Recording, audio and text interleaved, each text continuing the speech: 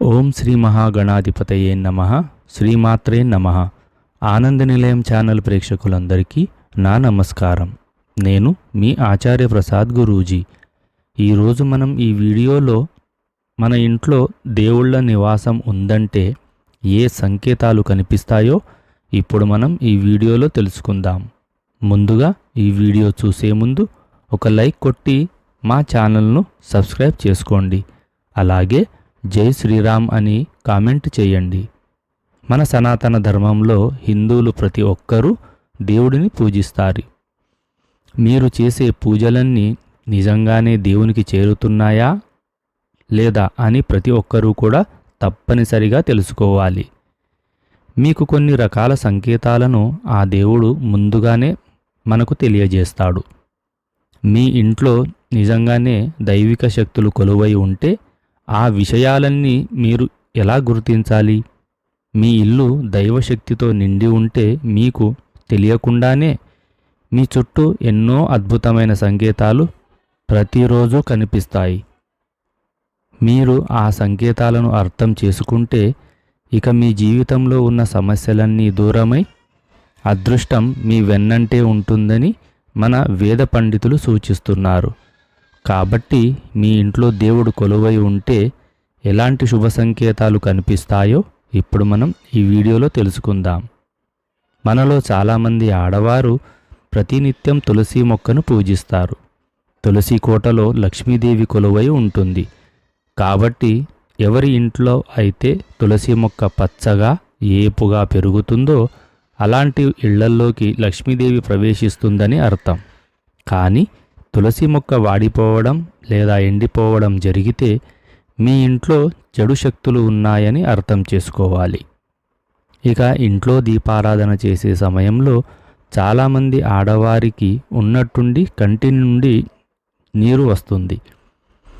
దీపారాధన సమయంలో మనకు తెలియకుండానే కన్నీళ్లు వస్తే మీ చుట్టూ దైవశక్తులు ఉన్నాయని, మీరు చేసే పూజలన్నీ దేవునికి చేరుతున్నాయని అర్థం చేసుకోవాలి.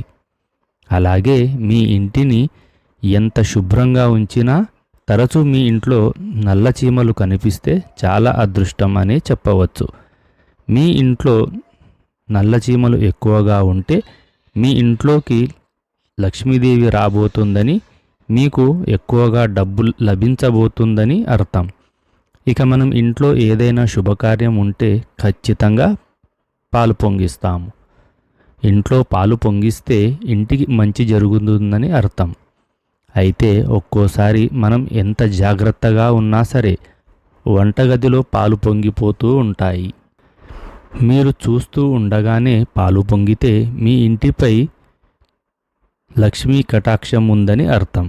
ఇక పూజ గదిలో ఉండే దేవుని చిత్రపటాలకు గంధం రాసి కుంకుమ బొట్లు పెట్టుకుంటాం. అయితే దేవునికి పెట్టిన కుంకుమ బొట్లు చెక్కు చెదరకుండా అందంగా కనిపిస్తే మీ కుటుంబంపై పార్వతీ పరమేశ్వరుల ఆశీర్వాదం ఉన్నట్టే. కుంకుమను పార్వతీదేవి స్వరూపంగా భావిస్తారు. కాబట్టి ప్రతినిత్యం ఆడవారు కుంకుమ బొట్టు పెట్టుకుంటే మీ భర్త ఆయుష్ కూడా పెరుగుతుంది. అలాగే ఇంట్లో పూజ చేసేటప్పుడు దీపంలో ఉన్న వత్తి పూర్తిగా కాలి బూడిదగా మారితే మీరు చాలా అదృష్టవంతులని చెప్పవచ్చు. మీరు చేసే పూజలకు రెట్టింపు పుణ్య ఫలితం దక్కుతుందని, మీ పూజలకు దేవుని ఆశీర్వాదం లభిస్తుందని అర్థం. కానీ దీపంలోని వత్తులు సరిగ్గా కాలకుండా త్వరగా కొండెక్కితే మీ పూజ గదిలో ఏవో కొన్ని లోటుపాట్లు ఉన్నాయని భావించాలి. అలాగే దీపారాధన చేసే సమయంలో ఒక్కోసారి ఉన్నట్టుండి దేవుని పటాల నుండి పూలు రాలుతూ ఉంటాయి. ఇలా జరిగితే చాలా శుభసూచకం. దేవుని పటాల నుండి పూలు రాలితే మీరు చేసే పూజలకు దేవుడు సంతోషించాడని, ఇక మీ కష్టాలన్నీ వెంటనే తీరిపోయి మీకు మంచి రోజులు రాబోతున్నాయని ఒక శుభ సంకేతంగా భావించాలి. అలాగే ఇంట్లో పూజ చేసేటప్పుడు దేవునికి హారతి కర్పూరం సమర్పించే సమయంలో దేవుడు నవ్వినట్లుగా కనిపిస్తే మీ పూజలన్నీ దేవుని పాదాల దగ్గరకు చేరుతున్నాయని, మీ ఇంట్లో దేవతలు తిరుగుతున్నారని అర్థం. అలాగే ఒక్కోసారి ఇంట్లో దీపారాధన చేసే సమయంలో తుమ్ములు రావడం, అలాగే ఆవలింతలు వస్తూ ఉంటాయి. అలాంటి సమయంలో వెంటనే కాళ్ళు చేతులు కడుక్కొని మళ్ళీ దీపారాధన చేయాలి. లేదంటే మీ పూజకు ఫలితం దక్కదు. ఇక చాలామంది ఇళ్లల్లోకి తరచూ పిల్లులు వస్తూ ఉంటాయి. మన ఇంట్లోకి పిల్లులు వస్తే మన కుటుంబంపై లక్ష్మీదేవి ఆశీర్వాదం ఉందని సంకేతం. మరీ ముఖ్యంగా మీ ఇంట్లోకి తెల్ల పిల్లి వస్తే మీ ఇంటికి విపరీతమైన అదృష్టం పట్టబోతుందని అర్థం. ఇక రోడ్డుపైన డబ్బులు దొరికితే ఎవరో పడేసుకున్నారని అనుకుంటాం. ఈ విధంగా డబ్బు దొరికితే చాలా అదృష్టం అనే చెప్పవచ్చు. అయితే దొరికిన డబ్బును మనం ఖర్చు చేయకుండా పేదలకు దానం చేస్తే లక్ష్మీదేవి ఎంతో సంతోషించి మీ ఇంటిపై కనక వర్షాన్ని కురిపిస్తుంది.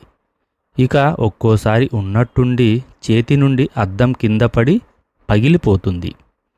అద్దం పగిలితే ఏదో చెడు జరుగుతుందని మనం భయపడిపోతాం.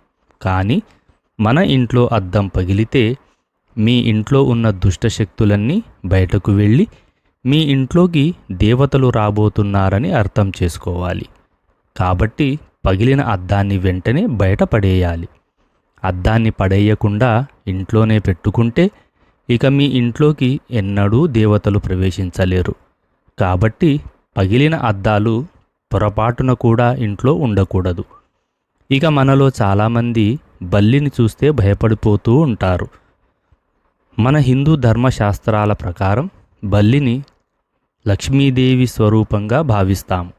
కాబట్టి మీ పూజ గదిలో బల్లి కనిపిస్తే మీ ఇంట్లో లక్ష్మీదేవి ఉందని అర్థం. కాబట్టి పూజ గదిలో బల్లి కనిపిస్తే చాలా అదృష్టవంతులుగా భావించాలి. ఎంతో పవిత్రమైన మన పూజ గదిలో దేవతలు కొలువై ఉంటారు. అలా అని అందరి ఇళ్లల్లో దేవతలు నివసించరు. ఇంట్లో దీపారాధన చేసేటప్పుడు మీరు వెలిగించిన దీపం చాలా ప్రకాశవంతంగా వెలుగుతూ నిలకడగా ఉంటే మీ పూజ గదిలో దైవశక్తులు ఉన్నాయని, మీ ఇంటికి మంచి జరగబోతుందని అర్థం. అలాగే ఇంట్లో పూజ చేసే సమయంలో దేవునికి పుష్పాలు సమర్పిస్తాం. అయితే పూజలో దేవునికి సమర్పించిన పుష్పాలు వాడిపోకుండా ఎక్కువసేపు తాజాగా ఉంటే మీ ఇంట్లో దేవతలు ఉన్నారని ఒక మంచి శుభ సంకేతంగా భావించాలి. అయితే పూజలో ఉపయోగించిన పుష్పాలు వాడిపోకముందే పూజ గది నుండి తీసేయాలి. మీ పూజ గదిలో ఎండిపోయిన పుష్పాలు ఉంటే మీ ఇంట్లో ఉన్న దైవశక్తులన్నీ నశించి మీ ఇంట్లోకి చెడు శక్తులు ప్రవేశిస్తాయి. పూజ గదిలో పొరపాటున కూడా ఎండిన పుష్పాలు ఉండకూడదు. అలాగే ఇంట్లో పూజ చేసేటప్పుడు దేవునికి సమర్పించిన నైవేద్యానికి చీమలు పడితే చాలా మంచి శకునంగా భావించాలి. మీ నైవేద్యాన్ని దేవతలు స్వీకరించారని, మీ పూజకు పుణ్యఫలితం రాబోతుందని అర్థం. ఇక మనలో చాలామందికి రాత్రి సమయంలో ఎన్నో కలలు వస్తూ ఉంటాయి. కానీ మీ కలలో దేవతలు కనిపిస్తే మీరు మంచి శుభవార్తను వినబోతున్నారని అర్థం. అలాగే కలలో దేవాలయాలు కనిపించడం, పుణ్యనదులు కనిపించడం కూడా చాలా మంచి శుభసూచకం. మీ ఇంటి ముందుకు తరచూ పక్షులు రావడం లేదా జంతువులు రావడం జరిగితే మీ ఇంట్లో దైవశక్తులు తిరుగుతున్నాయని భావించాలి. కాబట్టి మీ ఇంటి ముందుకు వచ్చిన పక్షులకు తప్పనిసరిగా బియ్యం గింజలు వేయండి. మరీ ముఖ్యంగా మీ ఇంటి దగ్గరలో పక్షులు గూడు కట్టుకుంటే అత్యంత శుభసూచకంగా భావించాలి. ఇక గోమాతలో 33 కోట్ల మంది దేవతలు కొలువై ఉంటారు. కాబట్టి మీ ఇంటి ముందుకు గోమాత వచ్చి అరిస్తే స్వయంగా మీ ఇంటి ముందుకు శ్రీ మహాలక్ష్మీదేవి వచ్చినట్టే. కాబట్టి ఇంటి ముందుకు వచ్చిన గోవుకు ఆహారం పెట్టి పంపించాలి. లేదంటే లక్ష్మీదేవి అలుగుతుంది. తద్వారా మీ ఇంటి సంపద కూడా నశిస్తుంది. ఇక మన ఇంటి గుమ్మాన్ని ఎల్లప్పుడూ పచ్చగా ఉంచుకోవాలి. ఇంటి గుమ్మానికి పసుపు రాసి కుంకుమ బొట్లు పెట్టుకోవాలి. ఇంటి గుమ్మం కళకళలాడుతూ పచ్చగా ఉంటేనే మీ ఇంట్లోకి దేవతలు అడుగు పెడతారు. చాలామంది ఇళ్లల్లో అప్పుడప్పుడు దివ్య సువాసన వస్తుంది. దివ్య సువాసన అంటే గంధం సువాసనలు, కర్పూరం సువాసనలు, అలాగే తామరపూల వంటి దివ్యమైన సువాసనలు వస్తే ఖచ్చితంగా మీ ఇంట్లో లక్ష్మీదేవి ఉందని అర్థం చేసుకోవాలి. ఇక ప్రతి ఒక్కరూ ఇంటి ముందు ముగ్గులు వేసుకుంటారు. ముగ్గులో లక్ష్మీదేవి కొలువై ఉంటుంది. అయితే ఇంటి ముందు వేసిన ముగ్గులపైన చీమలు తిరిగితే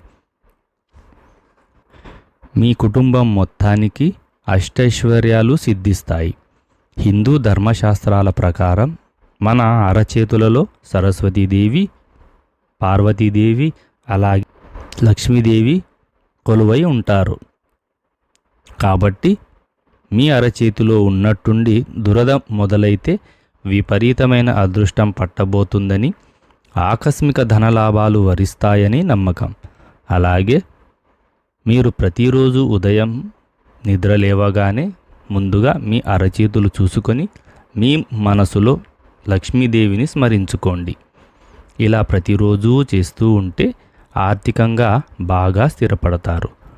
ఇక ఉదయం నిద్ర లేవగానే భక్తి పాటలు వినిపించడం, శంఖం శబ్దాలు, అలాగే దేవాలయంలో కొట్టే గంటల శబ్దాలు వినిపిస్తే మీ ఇంట్లో దేవతలు సంచరిస్తున్నారని అర్థం. ఇక మనలో చాలామందికి కలలో పాములు కనిపిస్తూ ఉంటాయి. మీ కలలో తెలుపు రంగు పాములు కనిపిస్తే మీరు అతి త్వరలోనే ధనవంతులు అవుతారని అర్థం. ఈ వీడియో గనక మీకు నచ్చినట్లయితే ఒక లైక్ కొట్టి మా ఛానల్ను సబ్స్క్రైబ్ చేసుకోండి. జై శ్రీరామ్.